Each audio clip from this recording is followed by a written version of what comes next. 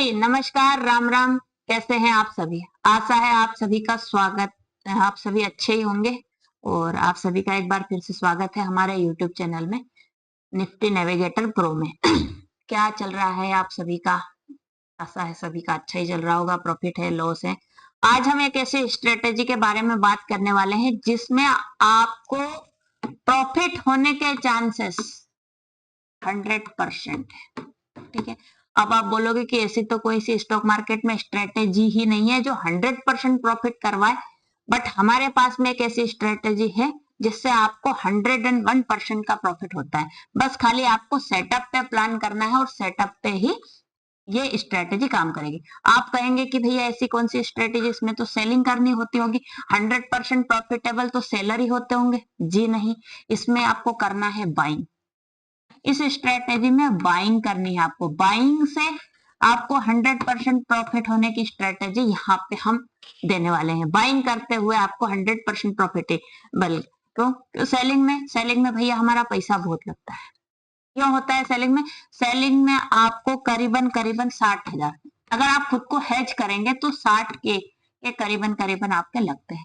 But जो strategy हमारी है, पैसा आप उतना ही कमाओगे जितना सेलिंग में हेज करके कमाओगे, बट इसमें आपको पैसा भी आप यहाँ पे भी आप उतना ही कमाओगे, बट इसमें आपकी एक्यूरेसी की चांसेस ज्यादा है और आपका कम बजट में, मतलब इसमें अप्रोक्सीमेट आपको 20K के आसपास, मतलब आप इन द मनी में भी चलेंगे तो 20K के आसपास का आपका बजट लगेगा, जिसमें आपको निफ्टी में खुद को हेज करके और एक प्रॉफिटेबल स्ट्रेटेजी के साथ में काम कर सकते हैं। ठीक है, तो आइए चलते हैं, करते हैं स्ट्रेटेजी को डिस्कस। अब इसमें आपको क्या करना है, आपको इन द मनी के प्रीमियम चूज करने हैं। ठीक है, तो मैं कर लेती हूँ इन द मनी के प्रीमियम चूज। पहले एक साइड कॉल लगा लेती हूँ, जहां भी कॉल लगा है वही कॉल सेम मैं बस आपको दिखाने के लिए। ठीक है, तो मैं 25,950 का कॉल लगा लेती हूँ। ठीक है, इधर क्या करूंगी मैं, 26,100 का पुट लगा लेती हूँ। ठीक है, दोनों मैंने प्रीमियम अपने इन द मनी के प्रीमियम चूज कर लिए।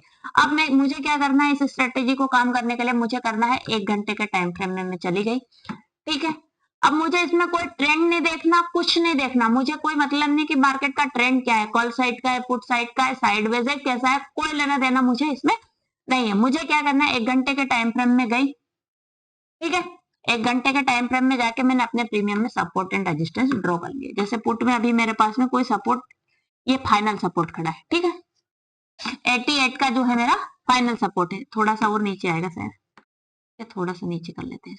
ठीक, 85 का मेरा इसमें फाइनल सपोर्ट खड़ा है। ठीक है, इसके बाद में रेजिस्टेंस कहाँ है इसका, पहला रेजिस्टेंस आपका कहाँ पे खड़ा है, समवेयर अराउंड, पहला रेजिस्टेंस यह है तो कहीं यहाँ, चलो ये रख सकते हैं। ठीक है, 129 का मैं सोच रही हूँ यहाँ वाला नहीं रखने के बजाय इसको रख लेते हैं। ठीक है, 120 का पहला रेजिस्टेंस रख लिया। ठीक है, दूसरा रेजिस्टेंस में मुझे इसी प्रीमियम में कहाँ मिल रहा है, दूसरा रेजिस्टेंस मुझे इसी प्रीमियम में समवेयर अराउंड 145 के आसपास मिल रहा है। ठीक है, मैंने पुट में अपने दोनों सपोर्ट एंड रेजिस्टेंस लगा लिए, सेम चीज में कॉल के प्रीमियम में भी कर दी।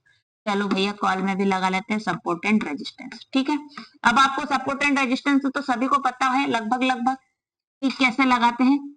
ठीक है, नहीं पता है तो फिर भी बता देते, तो कम से कम 2 कैंडल का कंसोलिडेशन हमें देखना होता है। ठीक है, बॉडी बॉडी या वीक बॉडी वीक। ठीक है, ये मेरा पहला 63, दूसरा हो गया 103 और अगला मेरे पास में रेजिस्टेंस खड़ा है। रेजिस्टेंस कहाँ पे, ये यहाँ पे। ठीक, आपका 178 के आसपास।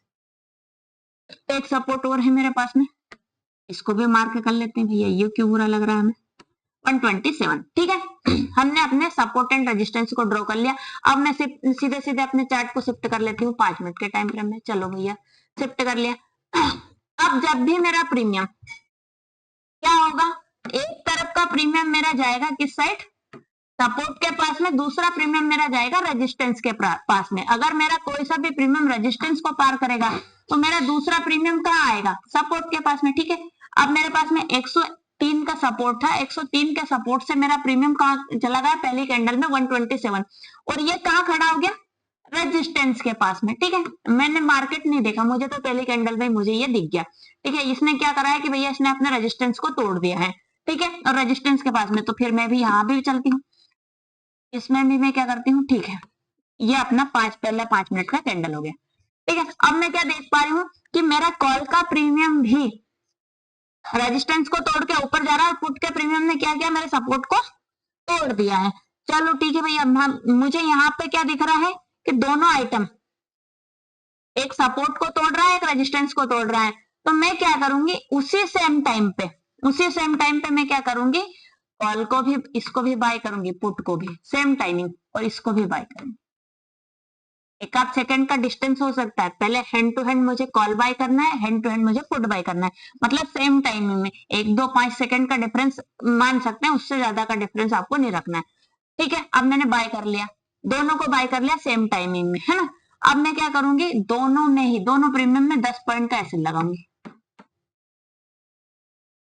10 पॉइंट का मैंने क्या लगा दिया, एसएल लगा दिया। ठीक है, दोनों प्रीमियम में, इधर भी 10 पॉइंट का एसएल, यहाँ पे भी 10 पॉइंट का मैंने एसएल लगा लिया। ठीक है, अब मुझे क्या करना है, अब मुझे करना है दोनों में 20 पॉइंट का टारगेट लगाना है, दोनों प्रीमियम में।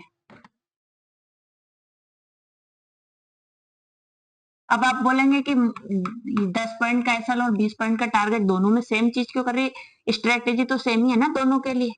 अब 10 पॉइंट का एसएल और 20 पॉइंट का टारगेट का लॉजिक बता देती हूँ। अगर मेरा कॉल का प्रीमियम अपने, मैंने जहां से बाय किया वहां से 20 पॉइंट चलेगा, तो मेरा पुट का प्रीमियम क्या होगा, 10 पॉइंट का एसएल हिट करा देगा।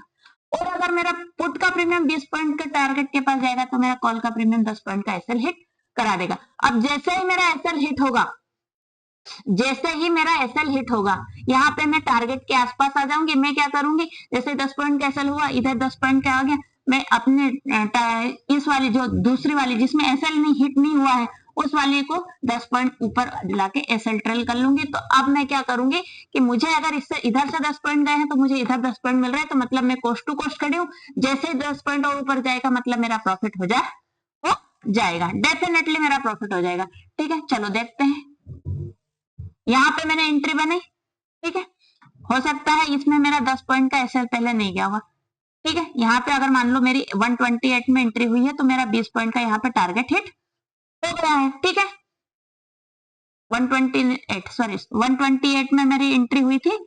ठीक है, और मेरा 140 तक ये प्रीमियम गया। अगर 148 तक जाता तो मेरा 20 पॉइंट का टारगेट हिट हो जाता। अगली कैंडल में क्या हुआ, अगली कैंडल में ऊपर गया और मेरा 20 पॉइंट का यहाँ पे टारगेट हिट हो गया है। ठीक है, और इधर देखती हूँ मेरा इधर क्या हुआ है, मेरी यहाँ पे एंट्री हुई होगी, मान लो मेरी यहाँ पे एंट्री हुई 140 के आसपास। ठीक है, मेरी दूसरी कैंडल में क्या हुआ, पहले तो थोड़ा सा ऊपर गया, समवेयर 9 पॉइंट ऊपर गया, और फिर अपने एसएल के आसपास आ गया। ठीक है, यहाँ पे मेरा एंट्री कहाँ हुई थी, समवेयर अराउंड यहाँ 140 के आसपास, 140 मान लो 140, ये कैंडल ने 132 लगाया। ठीक है, अभी मेरा 2 पॉइंट बचा हुआ था, अगली कैंडल में मेरा 2 पॉइंट का एसएल हिट हो गया, या फिर अगली कैंडल में मुझे इधर प्रॉफिट मिल गया, तो मैं इधर से अपना कॉस्ट टू कॉस्ट बुक करके निकल जाती हूँ। ठीक है, ये हुआ। अगले नेक्स्ट बार देखते हैं, नेक्स्ट में क्या हुआ। ठीक है, मैंने पुट में अपने सपोर्ट लगा लिया, फिर क्या हुआ, मेरी पहली ट्रेड सक्सेसफुल हो गई, मैं अब दूसरे ट्रेड का वेट कर रही हूँ। दूसरी ट्रेड, अगेन ट्रेड कब आएगी, अगेन मेरी ट्रेड कब आएगी, अगेन मेरी ट्रेड आएगी, या तो ये प्रीमियम, मेरा पुट का प्रीमियम या तो यहाँ आ जाए, या फिर इसको पार कर दे। ठीक है, दोनों परिस्थिति में मेरी दूसरी ट्रेड हो सकती है। और सेम कंडीशन, या तो मेरा कॉल का प्रीमियम यहाँ आ जाए, या फिर यहाँ चला जाए। तो यहाँ तो गया नहीं मेरा प्रीमियम, मैं कहाँ इंतजार करूंगी, 127 के पास में। ठीक है, जैसे ही 127 के पास में आया मेरा कॉल का प्रीमियम, मैंने देखा थोड़ी देर, समझा क्या ये हम पर सस्टेन कर रहा है, आया है गया है। ठीक है, तो मैं क्या करूंगी, फिर वही स्ट्रेटेजी अपनाऊंगी कि जैसे ही मेरे सपोर्ट के पास में आया, मैंने सपोर्ट 127 पे एंट्री बनाई, और मेरा ये प्रीमियम गया कहां तक था, 147, मतलब 20 पॉइंट मुझे यहाँ भी दिए हैं, और इधर भी ये प्रीमियम मेरा फिर वापस सपोर्ट खिसक के, ये जो 2 कैंडल में मेरा सपोर्ट टारगेट दिया था, ये 2 कैंडल मेरी यहाँ पे नीचे आ गई हैं, और मैं यहाँ पे एंट्री, अगर अपने अगले एंट्री यहाँ पे प्लान करूंगी। ठीक है, तो इस स्ट्रेटेजी में आपको ऐसा हर बार देखोगे कि जब भी आपका प्रीमियम सपोर्ट एंड रेजिस्टेंस के पास में खड़ा है, मतलब एक प्रीमियम आपके सपोर्ट के पास में खड़ा रहेगा, दूसरा प्रीमियम आपके रेजिस्टेंस के पास में खड़ा रहेगा, तो आप असमंजस की स्थिति में ना रहते हुए दोनों पोजीशन में, प्रीमियम में अपनी पोजीशन बनाओ। चाहो तो फिर अपने जैसे 20 पॉइंट के पास में पहुंच जाए, आपका एसएल ट्रेल कर लो, अदरवाइज 20 पॉइंट का प्रॉफिट लेके 10 पॉइंट का अपना प्रॉफिट लेके 10 पॉइंट का एसएल लेके आप निकल सकते हो। अब आप बोलोगे कि मैम 10 पॉइंट ही, अगर आप ऑप्शन सेल करते हो तो 20 पॉइंट कमाने के लिए आपको बहुत देर इंतजार करना पड़ेगा, और कैपिटल भी ज्यादा लगेगा। यहाँ कैपिटल भी कम है और 20 पॉइंट आराम से आप कैप्चर कर सकते हो। ठीक है, आशा है आपको आज का वीडियो पसंद आया होगा। पसंद आ रहा है तो चैनल को लाइक, कमेंट, शेयर, सब्सक्राइब जरूर कर दें। Thank you so much for watching my video. Ram Ram, नमस्कार, बाय।